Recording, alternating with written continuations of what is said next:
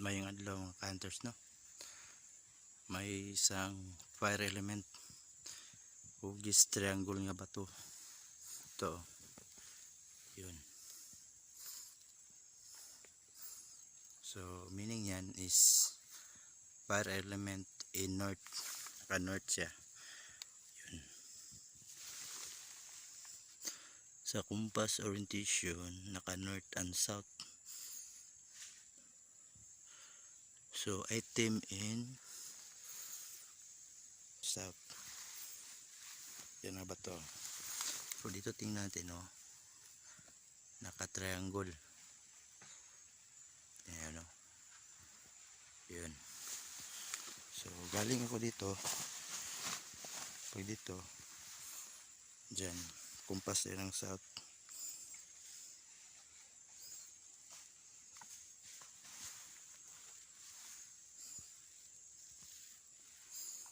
Tira tayo ng south 180 degree. Yun.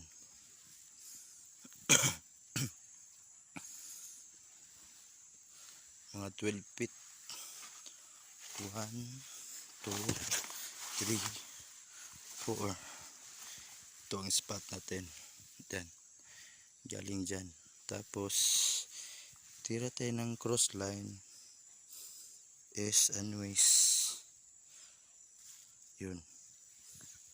Yung mga passageway. Ito. Passageway ito. Yan. Yung dalawang bato nakahati. Ito. Yan. Diyan nga bato. Tama yan dito. Pang cross line.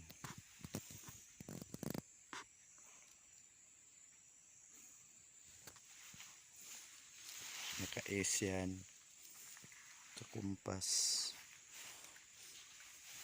Kanot. Tapos may bato pa dun. Yun, o. Naka 45.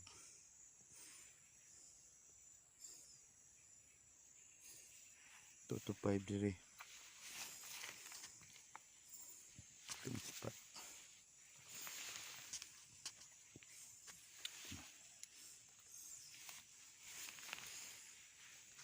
Mga hunters.